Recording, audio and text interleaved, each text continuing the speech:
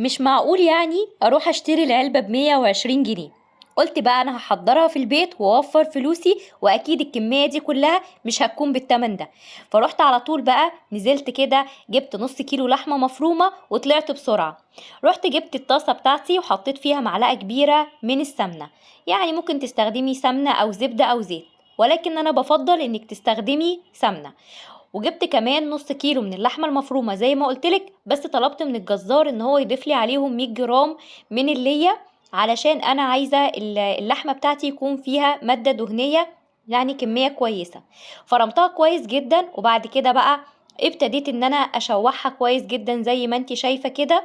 ودي خطوة مهمة جدا، على نار هادية كده بقى، وشوحيها كويس لحد ما تتخلصي بقى من كل السوائل اللي فيها.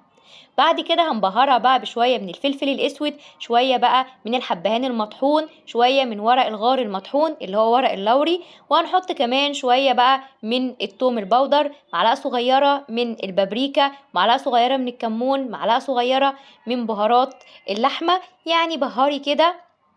وما تنسيش بقى تحطي مكعب من المرقة، ولو كانت فورية او بودرة كان هيبقى احسن. كمان هنحط بقى الملح نظبطه، وده بيكون اخر حاجة. قلبيهم مع بعض كويس جدا كده، وتأكدي ان اللحمة بتاعتك استوت، ودوقيها كده، لو عايزة شوية ملح ولا حاجة ظبطي التوابل بتاعتها.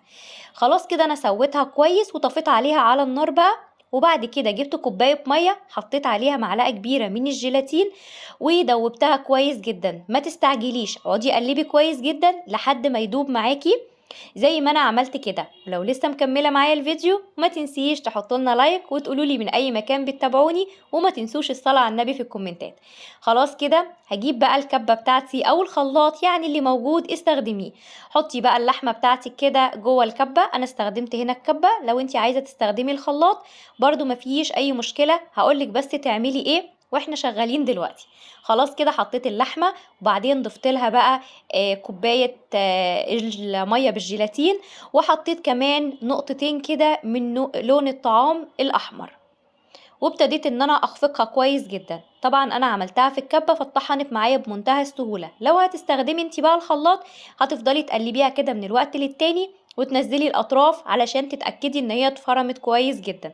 بعد كده جبت علب التلاجة بتاعتي دي، وحطيت فيها اكياس من بتاعه السندوتشات، ودخلتها كده الاول جوه العلبه، وبعدين فضيت بقى البلوبيف بتاعنا زي ما انتي شفتي كده، وابتديت ان انا اضغط عليه زي ما انتي شايفه، وغطيته ودخلته التلاجة.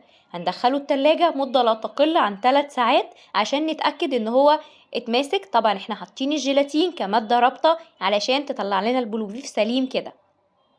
ده بيكون شكله كده. دخلته بقى التلاجة زي ما قلتلك، ولو مستعجلة دخليه ساعة واحدة الفريزر، ولكن انا بفضل تخليه في التلاجة افضل.